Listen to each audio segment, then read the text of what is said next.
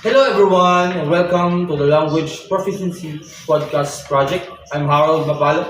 I am Giancarlo Saolga. I'm Mark Bulala. I'm Ingo Bejeritsi. I'm Lisa Meroni.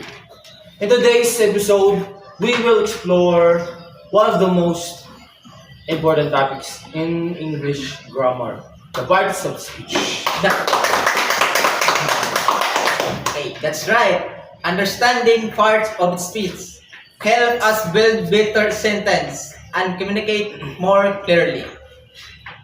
So, what exactly are parts of speech? In simple terms, they are basic building blocks of the English language. Each word in a sentence belongs to a category based on its function and be used in our daily communication. And I'm alright, guys.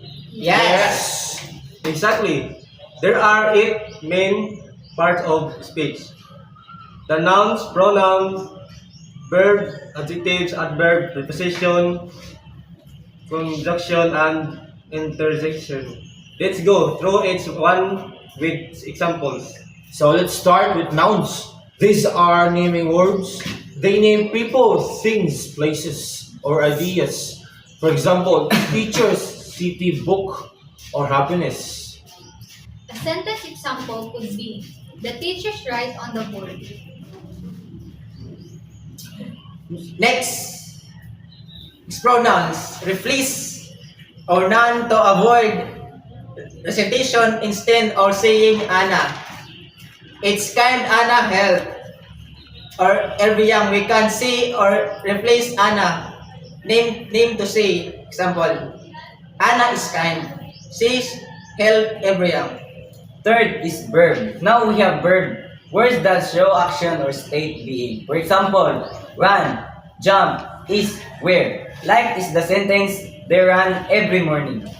Adjectives. Adjectives describe nouns or pronouns. They tell us more about qualities or quantities. Example, she has a beautiful smile. Then, we have adverbs, which describe verbs, adjectives, or other adverbs. They often answer how, when, where, or to what extent. For example, he runs quickly.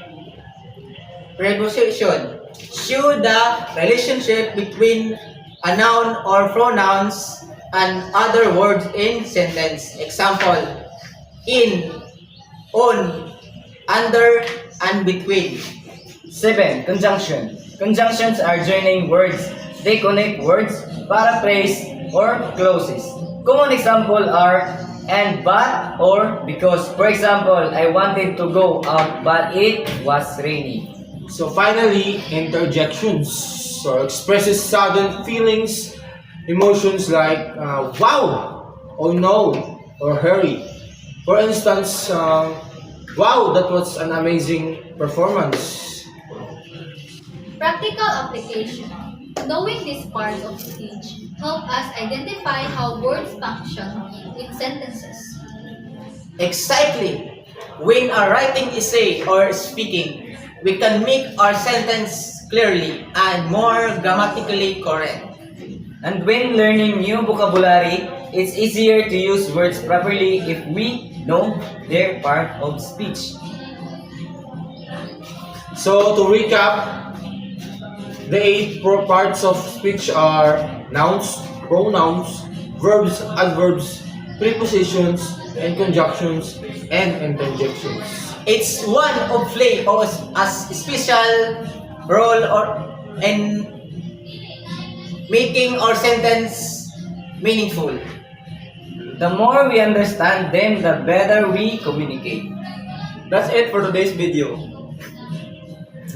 That's it for today's episode of the Language Proficiency Podcast Project. Thanks for listening.